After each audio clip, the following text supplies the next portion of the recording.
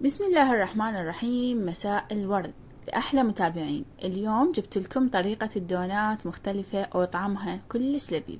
ابقوا وياي شوفوا الوصفة.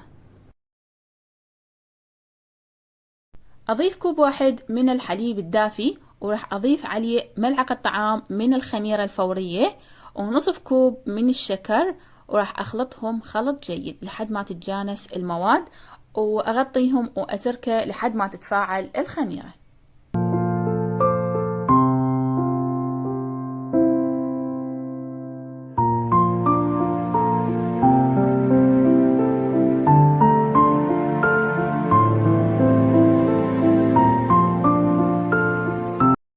جهزت عندي هنا تقريبا تركتها 10 دقائق.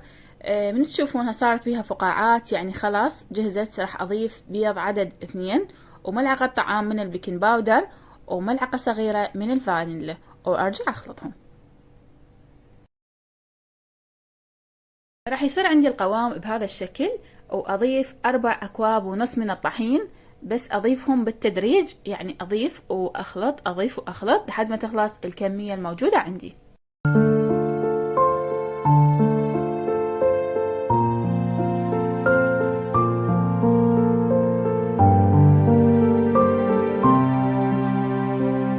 وبالأخير راح أضيف ربع كوب من الحليب الدافي على مود طراوة العجينة، ومن أفردها ما تتعبني، وملعقتين من الزبد، وأغطيها وأتركها لمدة ساعة كاملة.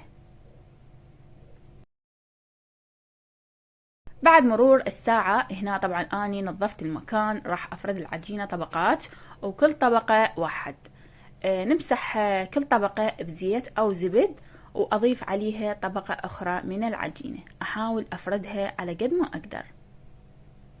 طبعا تقدرون انتو تخلونها طبقة واحدة بس تفردون العجينة وتقطعونها وتقلونها عادي، بس اني خليتها طبقات على مود شنو تكون من الداخل هشة، وتصير على شكل طبقات من الداخل وكلش طيبة، بحيث وقت الثاني يوم وهي طعمها كلش طيب.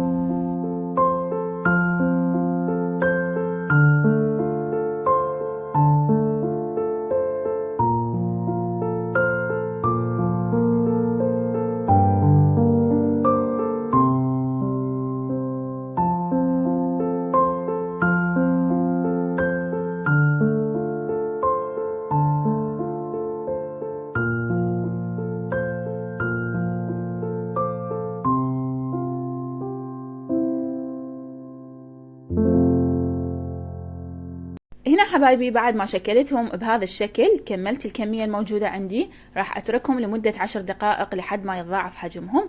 بعدها طبعا انا خليت الزيت على النار حمى حيل عندي، وبعدها ارجع انصيه وابدي اضيف الدونات، بس ابد ما اعوفهم، اظل اقلب بيهم على مود يستوون من كل الجهات، والداخل مالتهم هماتين يستوي.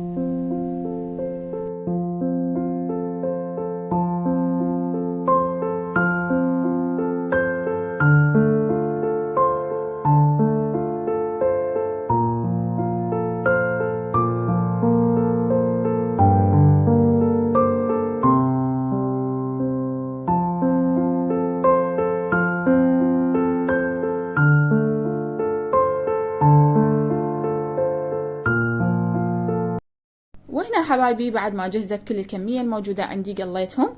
بعدها راح اسوي هنا ثقب من النص، وراح اخلي بداخله صوص الكاكاو، او عندكم مربى، اي شي حابين تحشون بيها عادي. طبعا هذا صوص الكاكاو اني منزلته على الانستغرام وعلى التيك توك، اذا حابين تزوروني هناك راح اخلي لكم الروابط بصندوق الوصف. وبعدها راح ازينهم بالنوتيلا، هيك شخابيط نخلي عليهم نوتيلا. واذا ما عندكم نوتيلا عادي تقدرون شكر مطحون وترشون عليهم، او فستق حلبي، اي شي حابين تضيفون. وشوفوا لي شكلها من الداخل ابد ما تعجن، وتصير طبقات بهذا الشكل وهشة وكلش طيبة، والف عافية. هنا حبايبي وصلنا لنهاية الفيديو. إذا عجبكم لا تنسون اللايك للقناة وتعليق حلو مثلكم، واللي ما مشترك يشترك ويفعل جرس الإشعارات. إلى اللقاء، ألتقيكم بفيديو جديد. أترككم في أمان الله.